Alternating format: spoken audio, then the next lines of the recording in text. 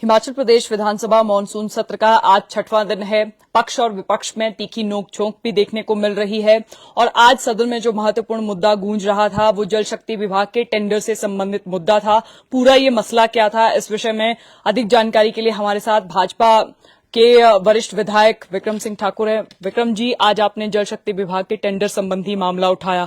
आपने कहा कि बहुत सारी अनियमितताएं पाई गई हैं और सरकार कोई कदम ले नहीं पा रही है। पूरा मसला क्या है?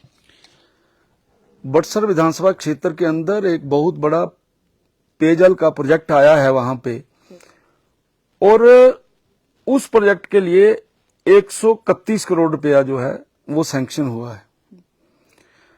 अब जिस समय वो प्रोजेक्ट आया तो उस प्रोजेक्ट को बनाने के लिए सभी ऑफिसर्स ने जो डीपीआर तैयार की वो 130 या 131 करोड़ की थी। जब उसका टेंडर होता है तो वो टेंडर जो है वो 204 करोड़ के ऊपर चला जाता है, और 204 करोड़ के ऊपर जब जाता है तो इन सभी अफसरों को जाग आती है कि 130 करोड़ के खिलाफ एक 204 करोड़ रुपया हम कैसे खर्च करेंगे। स्टेट इतना पैसा खर्च करने में सक्षम नहीं है। तो यही ऑफिसर्स सारे बोलते हैं कि आप सोर्स को बदल लीजिए। पहले ब्यास से जो पानी उठाना था, बाद में ये कहा गया कि पानी जो है वो सतलुज से उठाया जाएगा। मेरा प्रश्न ये था कि जो आपने पहला प्रोसेस अडॉप्ट किया है, आप उसी प्रोसेस की एवज में उसी ठेकेदार को, जिसको आपने 204 जिसका लोएस्ट था, उसको आप बिना टेंडरिंग किए हुए दूसरा प्रोजेक्ट जो कि आपने सोर्स बदल दिया, जिसमें लाइनें बदल जाएंगी, जिसमें मोटरें बदल जाएंगी, उसको बिना टेंडरिंग के आप लोगों ने इशू कैसे कर दिया? इसमें कौन कौन से ऑफिसर्स जिम्मेवार हैं? उन ऑफिसर्स के ऊपर क्या कार्रवाई आप करेंगे? ये मेरा विषय था। दूसरा, मैंने ये बोला था कि आपने मंत्री बनते ही ये बोला था कि ये 200 करोड़ का टेंडर गलत है और इसको कैंसिल करना चाहिए और ये रद्द किया जाता है। वो केवल अखबारों में रह गया, रद्द आपने किया नहीं। इन दोनों बातों के बारे में मेरा प्रश्न था। मैं उस प्रोजेक्ट के खिलाफ नहीं हूं, उस प्रोजेक्ट को मैं नहीं चाहता बंद हो, मैं ये नहीं चाहता उसके प्रोसेस को रोका जाए। मैं ये चाहता हूं कि इस पूरे प्रोसेस के अंदर जिन लोगों ने गलतियां की हैं उसके ऊपर क्या एक्शन होता है। विक्रम जी, आपने एक्शन की बात की। जब सदन में अंदर उप मुख्यमंत्री बोल रहे थे, उन्होंने कहा कि ये आपकी सरकार में शुरू हुआ एक प्रोजेक्ट था और साथ में ये एडीबी द्वारा फंडेड है। तो अगर आप लोग अनियमितताओं की बात कर रहे हैं तो सवाल तो उन्होंने आपकी सरकार पर भी उठाए कि आपकी सरकार ने भी तो कोई एक्शन नहीं लिया, आपकी सरकार भी तो ढीली रही। 201 करोड़ रुपए का टेंडर करने की बात हमारे समय की है। 131 करोड़ का टेंडर करने की बात आदरणीय श्री सुखविंदर सिंह सुक्खू की सरकार है। दोनों में फर्क है। हाँ, अगर हमने 130 या 31 करोड़ के टेंडर के एवज में 204 वाले के ऊपर काम शुरू हो जाता, वो टेंडर अवार्ड हो जाता, तब वो हम कैटेगरी में थे। लेकिन उस समय तो ये हुआ ही नहीं है। इसको जब बदला गया, बदलने के बाद इसको रीटेंडर होना था। रीटेंडर करने के जो प्रोसेस में क्यों ये कोताही की गई, क्यों एक ऐसे व्यक्ति को टेंडर दिया गया जिसने टेंडर ही नहीं भरा? मेरा प्रश्न तो ये है। इस संबंधी डिप्टी सीएम ने भी कहा कि ये कमेटी का गठन किया जाएगा, वो सारे तथ्यों की जांच करेगी और रीटेंडरिंग होगी। रीटेंडरिंग का विषय तो केवल लटकाने वाली बात हुई ना।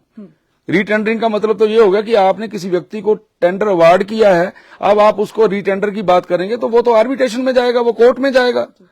ये तो मसला लटकाने वाला विषय हो गया। मैं ये नहीं चाहता प्रोजेक्ट बंद हो, प्रोजेक्ट चलना चाहिए, लेकिन जिन लोगों की गलतियां हैं उन लोगों को सजा मिलनी चाहिए, ऐसा मेरा मानना था।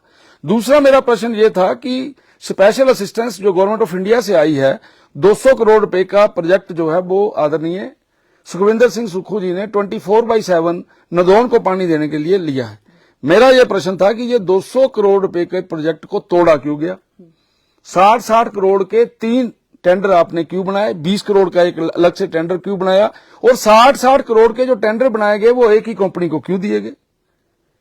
लेकिन सभी प्रश्नों का उत्तर हमें विधानसभा में नहीं मिला। विक्रम जी, जब विधानसभा में आप जिक्र कर रहे थे, आपने एक चिट्ठी भी पढ़ी, चिट्ठी का जिक्र किया और मुकेश अग्निहोत्री बार बार कह रहे थे कि ये आपके मित्र हैं, आपके ही साथी हैं, और साथ में उन्होंने ये भी कहा कि अब जब आप अपने साथियों का जिक्र भी कर रहे हैं, अपने मित्र का जिक्र कर रहे हैं, तो आप क्या चाह रहे हैं? एफआईआर इस मामले में होनी चाहिए या फिर क्या होना चाहिए? मैं बड़ी स्पष्ट तौर पे आपको ये बात समझाना चाहता हूं कि एक टेंडर को अवार्ड करने के लिए एक टेंडर कमेटी होती है।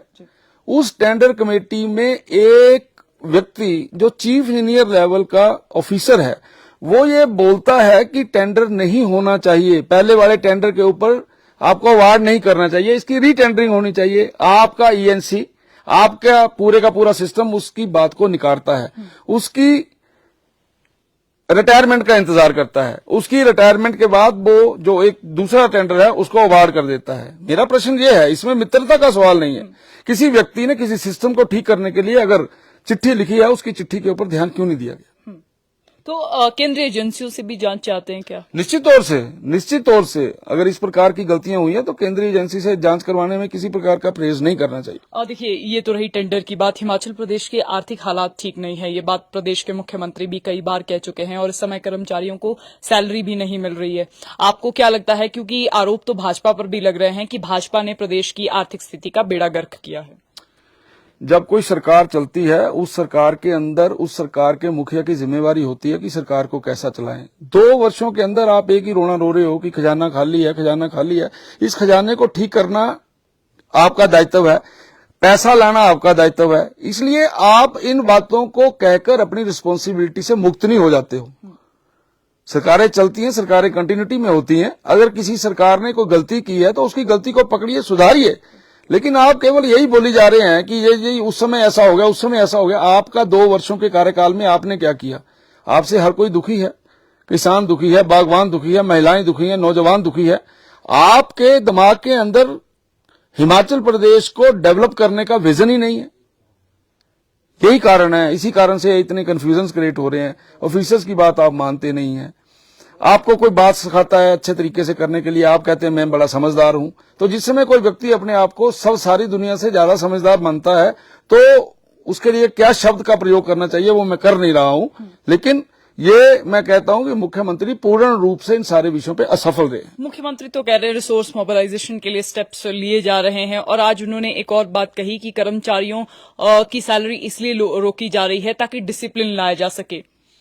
केवल कर्मचारियों पे डिसिप्लिन लाएंगे आप अपने एक साथी की जो वेतन है वो 30,000 से 1,30,000 कर रहे हैं। आपने दोस्तों की मंडली अपने सीएम ऑफिस के अंदर खड़ी की हुई है।